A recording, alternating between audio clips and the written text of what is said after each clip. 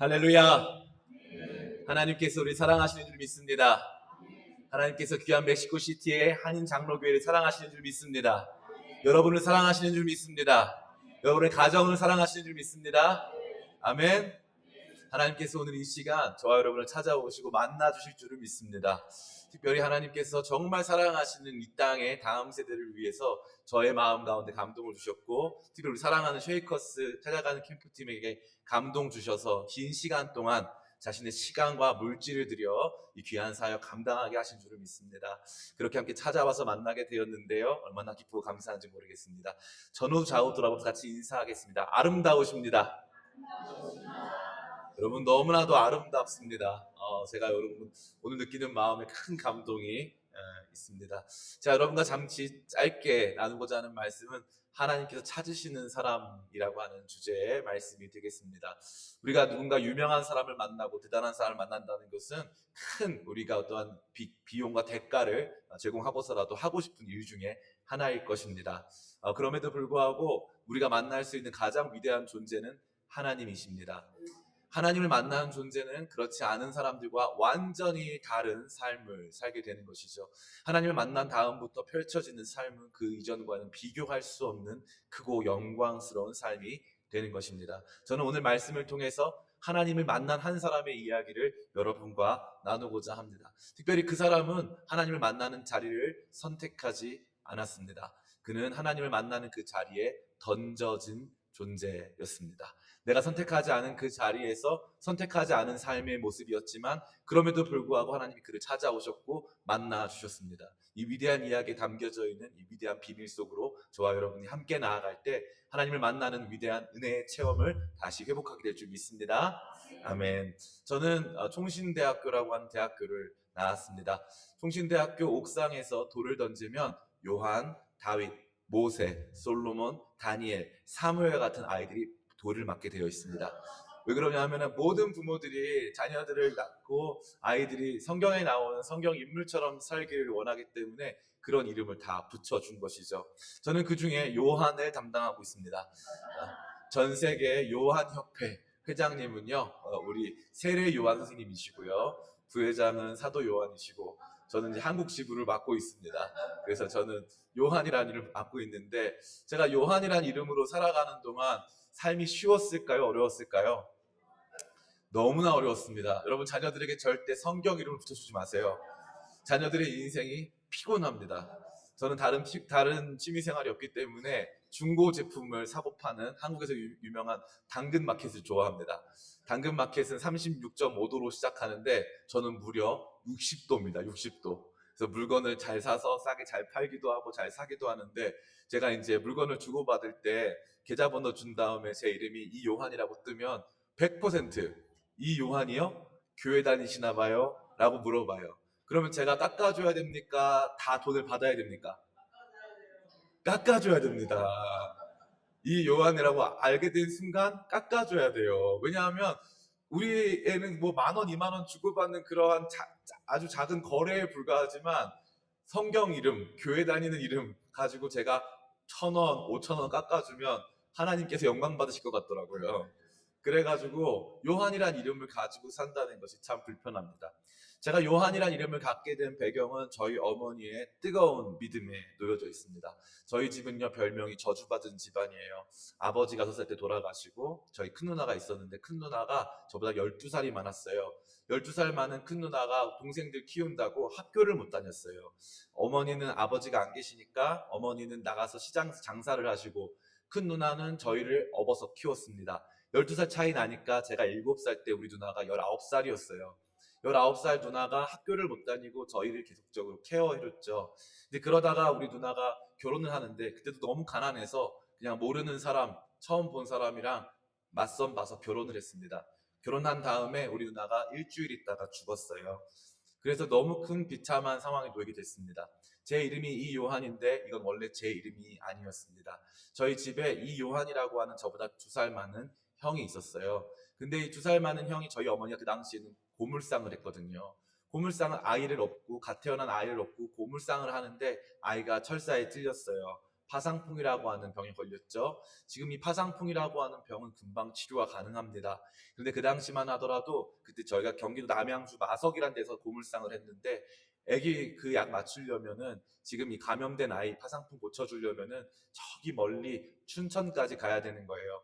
애가 막 열이 오르고 감염이 돼서 아픈데 저희 어머니가 요한이를 안고 조금만 기다려 하면서 앰뷸런스도 없었을 때예요. 그 아이를 안고 춘천 가는 기차에 올라탑니다. 아기가 막 아파해요. 응애응애 울면서 아기가 막 열이 막 오릅니다. 근데 갑자기 애가 울지를 않는 거예요. 요하나 조금만 참아 하고 가고 있는데 강촌쯤 지나서 춘천에 다다를 쯤 애가 죽습니다. 그 죽은 아이의 이름을 제가 받은 거예요. 그러니까 우리 집은 왜 우리 엄마가 이렇게 예수님을 믿었는지 이해가 안 돼요. 제가 제일 화가 났던 건 뭐냐면은 우리는 예수님을 너무 잘 믿는데 우리 집은 너무 가난해. 너무 가난하고 비참한 일이 너무 많은 거예요. 그러한 상황 속에서도 어머니는 저에게 다른 거 공부 열심히 해라 있다는 거 한 번도 말씀하신 적이 없고 딱 혼날 때가 있는데 언제냐 하면요. 교회 안 가면 혼나는 거예요. 저는 그것도 지금 킹받습니다. 교회 안 갔다고 애를 그렇게 혼내고 그렇게 힘들게 했어요. 그리고 이제 어렸을 때 헌금을 주죠.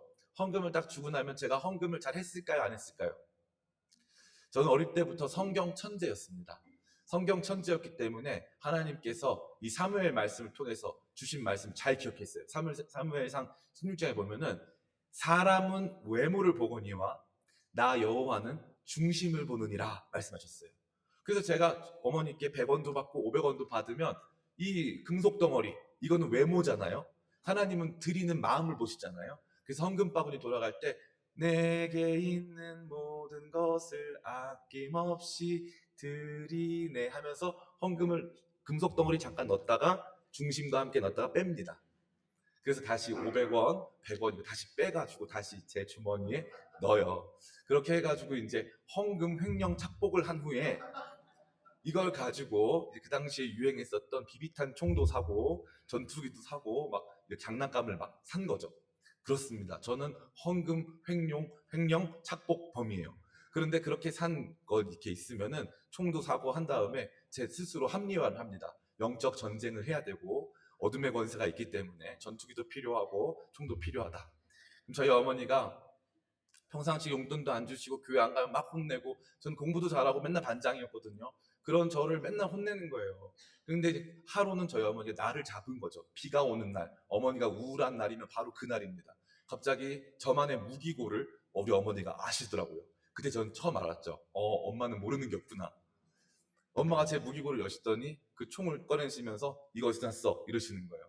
그리고 나중에 전투기를 딱 꺼내시면서 이건 어디서 났어? 그러시더라고요. 그래서 제가 어머니께 말씀드렸죠. 사람은 외모를 보거니와 하나님은 중심을 보시니까 금속 덩어리는 잠깐 이렇게 드렸다가 헌금 안 한 건 아니다. 마음을 드렸다. 온 마음을 드리고 이거 하나님 받지도 않으시는 금속 덩어리 외모는 안 보시니까 이거 가지고 다시 와서 영적 전쟁을 위한 무기를 구매했다. 그래서 언제 어둠의 권세와 전쟁이 일어날지 모르니 나는 잘 준비했다가 이제 싸움을 준비하고 있다 말씀을 드렸어요. 그랬더니 어머니가 그 총으로 저를 쏘시고 그 전투기가 저를 폭격하고 저는 실제로 그게 그런 능력이 있는 줄은 몰랐는데 제가 그렇게 당할 줄은 몰랐습니다. 그렇게 살다가 보니까 너무너무 저에게 있어서는 믿음과 신앙에 대한 어떠한 이 반감 같은 것들이 늘 있었어요. 늘 제 마음 가운데 그런 반감이 있었죠. 왜 나는 하필이면 예수 믿는 집에서 태어나서 이렇게 고생을 하고 예배를 드리고 맨날 찬송을 부르고 우리 집은 좋아지는 게 아무것도 없고 단칸방에 햇빛 한 줌 안 들어오는 단팥강에 이렇게 말이 안 나오죠. 제가 고산지대여서 그런 것 같아요.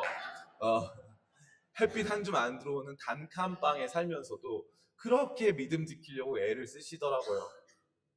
그러다가 이제 제가 말씀을 읽는데 저랑 제일 비슷한 사람을 만났어요. 누굽니까? 사무엘이에요. 사무엘. 이 사무엘은요, 참 저랑 굉장히 비슷한 면모가 많이 있습니다. 왜 그럴까요? 말씀을 통해 한번 생각해 보길 원합니다. 첫 번째, 여기 보니까 아주 특별한 말씀이 있어요. 1절 말씀에 무슨 사무엘이 지금 여호와의 성전에 있다고 되어 있습니까? 우리 1절 같이 한번 읽어보겠습니다. 시작. 이 사무엘이 엘리 앞에서 여호와를 섬길 때에는 여호와의 말씀이 희귀하여 이상이 흔히 보이지 않았더라. 아멘. 여기 보니까 아이 사무엘이라고 되어 있어요. 아이 사무엘. 그러면 왜 성경의 기자는 사무엘 앞에 아이라고 하는 수식어를 붙여 주었을까요? 여기 앞에 있는 아이처럼 귀여워서 붙여줬을까요? 네, 그것도 있겠지만 아이 사무엘이라고 하는 뜻에는요, 굉장히 중요한 비밀이 담겨져 있습니다. 그 비밀은 무엇일까요? 레위 제사장들이 성전에서 섬길 때는 성전에서 섬길 수 있는 복무 가능한 복무 연령이 있습니다. 이 복무 연령은 20세 혹은 25세부터 시작하는 연령이에요. 그러니까 지금 이 사무엘이 아이 사무엘이라는 뜻은 사무엘이 복무 연령에 해당하지 않는다는 겁니다. 그러니까 사무엘은 여기서 지금 성전에서 봉사할 수 있다 없다? 없다는 거죠. 단순히 이 사무엘을요, 성전 한 구퉁이에 두어서 성전에 머물게 한 수준이 아니라 여기 보니까 이렇게 되어 있어요. 1절 말씀에 아이 사무엘이 엘리 앞에서 여호와를 섬길 때라고 되어 있죠. 이 섬길 때는 아이 사무엘이 단순히 예배드렸다는 뜻이 아니라 제사장으로서의 역할을 했다는 겁니다. 실제로 이제 막 중학생 될까 말까 한 그 아이가 제사장의 역할을 수행하면서 성전에 있었다는 거죠. 또 성전에서 머물면서 제사장의 역할을 수행하려면 그는 단순히 복무 연령에 해당할 뿐 아니라 동시에 레위 제사장이라고 하는 혈통적 제한도 있었습니다. 한마디로 레위 지파가 아니면 섬길 수가 없었다는 거죠. 더 나아가서 그는 지금 성전에서 여호와 하나님의 등불을 지키고 있는데 이 등불은요, 제사장들 중에서 아론의 자손들, 즉 대제사장들만 할 수 있는 역할이었어요. 그러면 사무엘은 당시에 무슨 지파였습니까? 보니까 그는 에브라임 지파였습니다. 그러니까 사무엘은 복무 연령에 해당 안 될 뿐만 아니라 레위 지파도 아니고 아론의 자손도 아니라는 겁니다. 그러니까 그는 여기서 섬겨야 할 이유도 없고 섬겨서도 안 된다는 거죠. 그런데 그는 여기 왜 있습니까? 이 자리에 있어야 하는 엘리의 두 아들들이 성전에서 수종드는 여인들과 부적절한 행위를 하는 가운데 밤새 이 등불을 지켜야 했었던 그 자리에서 이탈했다는 겁니다. 이탈하고 그 자리를 누구에게 던져 놓았다는 거죠? 아이 사무엘에게 던져 놓았다는 겁니다. 그렇습니다. 아이 사무엘은 지금 던져진 성전 안에서 던져진 제사장의 역할을 억지로 감당할 수밖에 없는 상황에 놓여져 있다는 겁니다. 여러분, 인생은 어떻습니까? 인생은 내가 정말 마음을 다해서 나 자신을 기꺼이 던져서 기꺼이 나의 의지로 살아가는 것이 인생입니까? 그렇지 않죠. 인생은 가만히 보니까 P2, 던져진 존재로 살아가는 겁니다. 멕시코시티, 또 한국인, 내가 가지고 있는 직장, 내가 섬기고 있는 한인 장로교회라고 하는 귀한 교회, 이 모든 것들 우리는 스스로 선택했다고 생각하지만 사실 실상 우리의 삶은 P2, 던져진 존재라는 것이죠. 특별히 사무엘이 던져진 이런 현장 역시 가장 어찌 보면 부조리해 보이고 어찌 보면 억울해 보일 수 있다라는 것입니다. 더욱 놀라운 것은 무엇입니까? 이때 사무엘이 이런 귀한 헌신을 했을 때 사무엘의 헌신을 통해서 한 가지 중요한 일들이 지켜지고 있었다는 겁니다. 3절 말씀 같이 읽어보겠습니다. 시작. 하나님의 등불은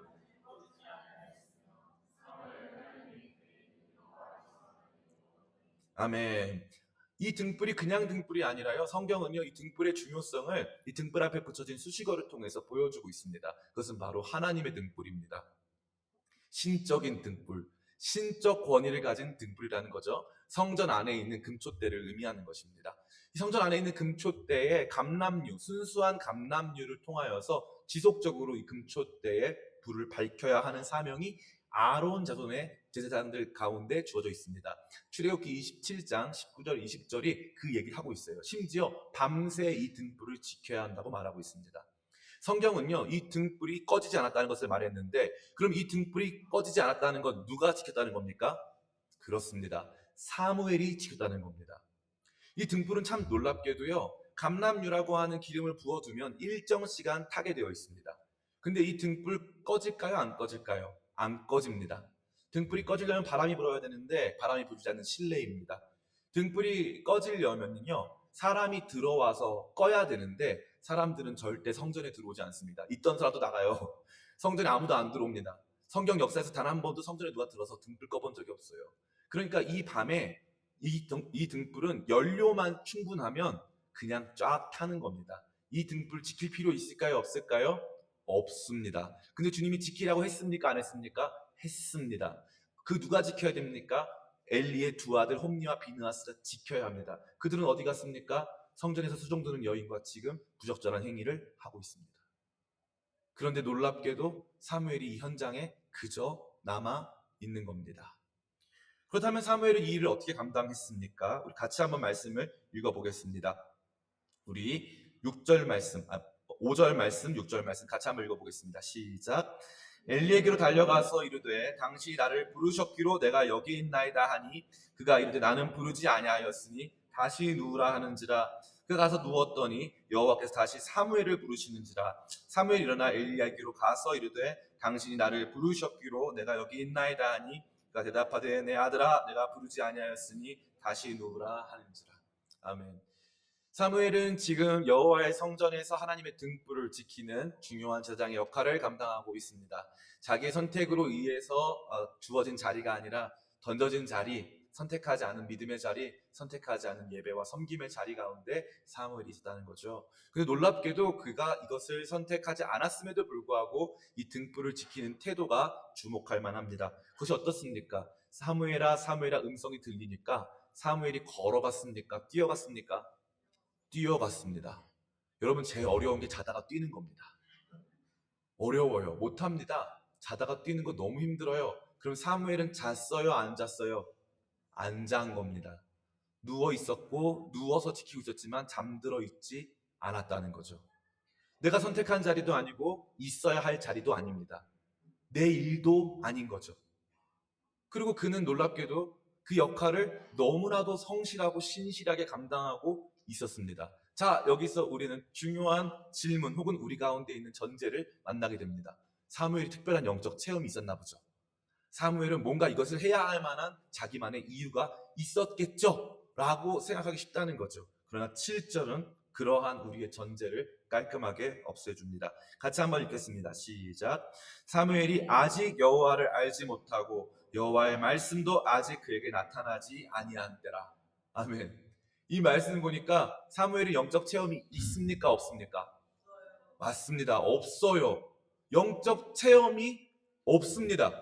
영적 체험이 없고 이 자리는 내가 있어서도 안 되고 있을 필요도 없는 것이고 내가 해야 할 직무도 아니고 심지어 내가 안 한다고 해서 꺼지는 일도 아니고 내가 했을 때 대충만 해도 충분히 명분적으로 지킬 수 있는 일임에도 불구하고 그는 최선을 다하고 있다는 겁니다. 너무 놀라운 증거가 이 말씀에 가득하다는 거죠. 던져진 자리, 던져진 교회, 던져진 성전, 던져진 섬김, 던져진 공동체 가운데 지금 최선을 다하고 있는데 심지어 아직 영적 체험도 없습니다. 특별한 영적인 은혜가 있어서 감당하는 게 아니라는 거죠. 이 말씀 통해서 우리는 무엇을 볼 수 있습니까? 따라해 볼까요? 영적 태도가 영적 체험에 앞선다. 이건 굉장히 혁명적인 말씀입니다. 왜 그렇습니까? 우리는 영적 체험이 있으면 잘할 수 있다고 믿죠? 아니에요. 영적 태도를 가지신 분들이 영적 체험을 얻는 겁니다. 태도라고 하는 그릇이 없는 상태에서 주어지는 체험은 없다는 겁니다. 똑같이 집회를 인도해 보면요. 그게 그림이 나와요. 기도한 교회, 평상시에 준비된 교회들은요. 은혜라고 하는 것을 담을 수 있는 그릇이 충만합니다. 근데 그것이 준비되지 않은 사람들은 은혜를 못 받는 거예요. 엄밀한 의미에서 은혜는 폭포수처럼 부어지는데 담을 태도의 그릇이 없는 겁니다. 없어요. 지금 이 자리에는요, 사실 또 다른 사람이 있습니다. 또 다른 사람은 누굽니까? 엘리였습니다. 엘리는요, 심지어 영적 체험을 가지고 있었어요. 과거 어느 지점에 하나님의 음성을 많이 들었고 하나님과 함께 사사로서 40년 동안 역할을 감당했습니다. 그러나 그는 더 이상 하나님의 음성이 들리지 않아요. 영적 태도가 상실되니까 영적 체험도 멈춘 겁니다. 제가 오늘 오면서요, 여러분 위대하다고 생각했어요. 멀지도 않은 길을 오는데 우리 목사님이 운전해서 오시는데 시간이 계속 늘어나는 거예요. 계속 늘어나는데 차가 어찌나 막히는지 깜짝 놀랐습니다. 여러분, 이곳에 나와 있는 여러분 너무 소중한 분들이고 여러분의 믿음이 너무 위대하다는 것을 제가 발견했습니다. 우리 서로를 바라보면서 같이 조금 박수 한번 치겠습니다. 이 자리에 나와 있어야 은혜를 받는 겁니다. 아멘. 힘들고 어렵지만 내가 뭐 대단한 목회자도 아니고 뭐 대단한 성도도 아니지만 어찌됐건 내가 주님 앞에서 막히는 길 뚫어가면서 힘든 시간들을 보내가면서 어찌됐건 이 자리에 나와서 하나님의 등불을 한번 켜보겠다 마음에 결단하고 나오신 분들에게 은혜가 임하는 줄을 믿습니다.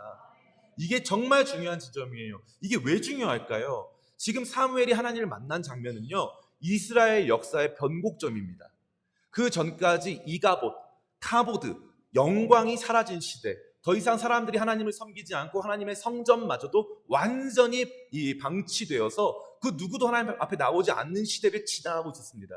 그때 영광스러운 터닝 포인트가 생기는데 그 터닝 포인트의 주체이자 그 터닝 포인트의 위대한 사건의 주인공이 사무엘이었고요.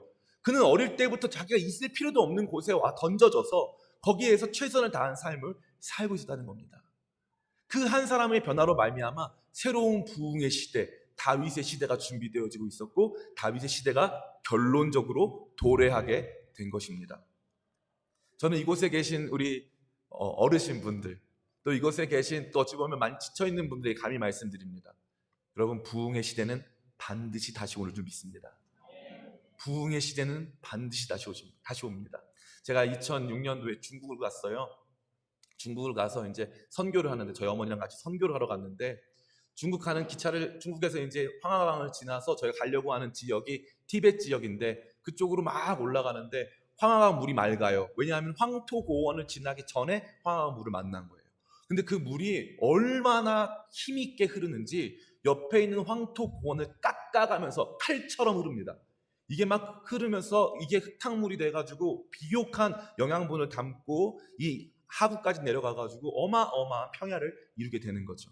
올라가가지고 제가 이제 거기 이 신잉이라고 하는 지역 거기 가가지고 장족 자치구의 수도인데 거기 가가지고 이제 기도를 하는데 하나님이 갑자기 저한테 이러시는 거예요. 요한아, 내가 너를 통해서 수많은 열방의 청소년들을 이렇게 세울 거고 청년들을 세울 건데 황하강 물줄기처럼 그들이 정말 수많은 사람들을 함께 연대하여서 많은 영양분을 가지고 다음 세대를 살리는 그 역할을 감당할 거야.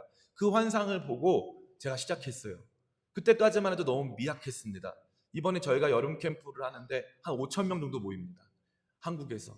저희 청년들이 단톡방이 있거든요. 쉐이커스 멤버스라는 단톡방이 있는데 한국 청년들 330명 정도 있어요. 계속 늘어나고 있습니다.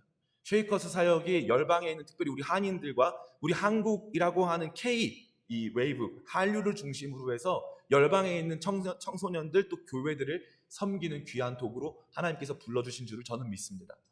이 일을 시작했을 때 누구도 이것을 예상한 사람이 없었어요. 너무 놀랍게도 저는 신실하게 그냥 그 자리에 머물러 있었는데 하나님께서 그 일들을 이루어 가시더라는 거죠. 부흥의 시대는 반드시 올 줄을 믿습니다.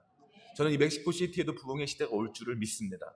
특별히 그 부흥의 주체가 될 것은 여기 있는 우리 아이들인 줄 믿습니다. 다음 세대 아이들이 부흥의 주체가 될 줄을 믿습니다. 목사님, 이 도시의 상황을 잘 모르시고 하시는 말씀이죠. 목사님, 세계의 조류와 상황을 잘 모르고 하시는 말씀이죠. 예, 모르고 하는 말씀입니다. 알아도 우리는 모릅니다. 삶이 어떻게 바뀌고 변화될지, 우리가 이렇게 한류가 유명해져서 한국 사람들이 이렇게 대접받고 살지 아무도 몰랐습니다. 누가 태어나고 누가 나타나서 어떠한 새로운 역사를 만들어갈지 아무도 모른다는 거죠. 하나님이 찾으시는 사람들은 바로 그런 사람들이에요. 역사를 변화시키는 역사의 주인공들입니다. 역사의 주인공들은요, 신실하게 그 자리에서 지금도 그 역할을 감당하고 있는 것이죠. 하나님은 그들을 찾고 계십니다. 아멘. 하나님께서 그들을 찾아가시는 가운데 특별히 저는 우리 멕시코 한인 장로교회가 그 역할에 이 시대의 사무엘과 같이 부흥의 시대를 열어가는 하나님의 신실한 종들이 되시기를 마음 다해 축복합니다. 아멘이 좀 작지만 그래도 축복을 하겠습니다. 놀라운 것은요, 그러면 이 사무엘은 어떻게 이렇게 헌신하게 되었을까요? 사무엘의 헌신의 배경에는요, 어머니 한나의 기도가 있었습니다. 특별히 어머니 한나가 이 사무엘을 만나는 날이 있는데 1년에 한 번 굉장히 중요한 증거가 하나 있는데 올라올 때 배 에봇을 지어서 갖고 왔다라고 되어 있어요. 사무엘이 언제 성전에 올라왔냐면요, 성전이라고 하는 아이가 머물기에는 부적절한 공간에 올라온 것이 젖을 뗀 후라고 되어 있습니다. 대략 한국 나이로 4살 정도라고 보시면 될 것 같아요. 4살 때 성전에 던져진 겁니다.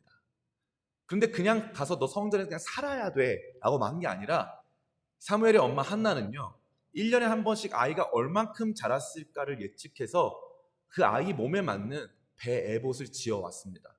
그 옷은요, 엄마의 눈물이 담겨있는 옷이고요, 기도가 담겨있는 옷이고, 엄마의 소망, 엄마의 믿음, 엄마가 하나님을 사랑하는 그 모든 것들이 담겨져서 만든, 어찌 보면 엄마 사랑 그 자체라고 할 수 있습니다. 근데 그게 하필이면 배 에봇이었고, 에봇은요 다른 용도가 없어요.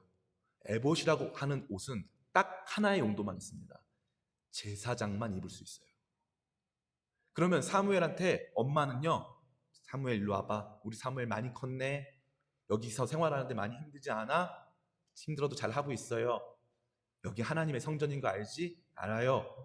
너 여기서 제사장처럼 역할 감당해야 돼, 알겠지? 알았어요 하고 그 옷을 매번 입혀준 거예요. 너 요즘에 무슨 일 하고 있어? 요즘에 밤에 성전 지켜요.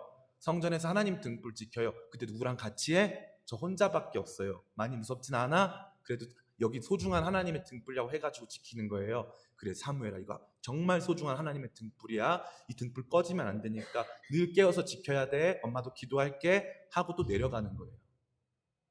그 엄마의 믿음과 기도가 사무엘의 헌신을 만들어낸 겁니다. 뭘 만든 거죠? 체험 없이 태도를 만든 거예요. 태도라고 하는 그릇이 준비되니까 거기에 은혜가 부어지고 그 태도 위에 하나님이 만나주시는 줄 믿습니다. 오늘은 귀한 맥주 감사 주일입니다. 맥주 감사 주일에 여러분들은 무엇을 하고 계십니까? 맥주 감사 주일에 우리가 해야 될 것은 감사하지 않고, 감사의 제목이 충만하지 않고, 아직 감사가 내게 이루어지지 않은 것만 같은 상황 속에서 우리는 태도를 드리는 줄 믿습니다. 주님 앞에 태도를 드릴 때 주님이 그것을 체험으로 바꾸시는 줄 믿습니다. 하나님이 찾으시는 사람은 바로 그런 사람이에요. 태도를 드리는 사람. 삶을 드리고 시간을 드리고 물질을 드리고 에너지를 드리고 그 자리에 오는 사람, 그 자리에서 결석하지 않고 어떻게든지 그 자리를 지키는 사람. 제가 저 뒤에 보니까 방송실에 한 형제님이 계신데, 집사님이 계신데 외롭게 혼자 싸움을 하고 계시더라고요. 저 작은 방에서, 지금도 저희 방에서 계신데 저한테 말씀하시는데, 목사님 저는 사실 기계치입니다. 잘 모르시겠대요. 근데 저 방에서 저렇게 머물고 계시는 거예요. 하나님께서 저 집사님과 가정에 복을 주실 줄 믿습니다. 여기서 여러분의 여러 가지 섬김 속에서 때로는 아침에 교육이 싫죠? 여러 가지 훈련 참석하기 싫으시죠? 내가 여기서 지금 무슨 영광이 있다고 이 교회 섬기고 있나? 이 교회에 새로운 부흥이 또 있을까? 많은 어르신분들 안에는 마음 가운데 미래를 향한 낙관보다는 낙담이 많으실 수 있습니다. 그러나 여러분, 제가 감히 말씀드립니다. 하나님은 역전의 하나님이신 줄 믿습니다. 새로운 부흥을 주실 줄을 믿습니다. 그 하나님이 저와 여러분에게 요구하시는 것이 있어요. 태도를 드려라. 아멘. 태도를 드리는 겁니다. 힘들고 어려워도 새벽기도 한 번 가도, 한 번 조금 힘들어도 더 가보고, 예배 시간 조금만 차 막히면 안 가고 싶었던 그날도 내가 그냥 가서 얼굴도당 찍는 것도 우리 목사님 힘나실 수 있고 우리 교회에 힘이 될 수 있으니까 힘들고 어려워도 한번 가보겠다라는 마음 가지고 예배 현장에 나오는 줄을 믿습니다. 다음 세대 위해서 섬겨주시는 거 너무 여러분 잘 섬겨주셔서 우리 청년들이 얼마나 큰 복을 받았는지 몰라요. 이러한 것들 안에 하나님께서 다 은혜를 준비하고 계신 줄을 믿습니다. 오늘 말씀 마칩니다. 태도를 드리면 체험이 바뀌는 줄을 믿습니다. 하나님이 찾으시는 사람은 그 자리에 있는 사람입니다. 지켜내는 사람, 버티는 사람, 하나님을 소중히 여기고 내가 있어야 될 자리인지도 모르겠고 던져진 자리 같고 불필요해 보이지만 마음을 다한 최선을 드릴 때 하나님께서 그 사람과 그 가정과 그 사업과 이 교회 가운데 함께 하실 줄을 믿습니다. 우리 멕시코 한인 장로교회 멕시코 땅에 또 남미, 중남미 모든 지역에 이 시대의 사무엘인 줄을 믿습니다. 낙담할 수밖에 없는 이 시대의 기독교 역행 시대를 넘어서서 기독교 부흥의 시대를 만들어가는 거룩한 태도를 주 앞에 드림으로 말미암아 한 번도 본 적 없는 부흥의 새로운 체험을 마주하게 되시는 우리 모든 성도님들 다 되시기를, 우리 사랑하는 한인 장로교회 되시기를 예수님의 이름으로 축원합니다.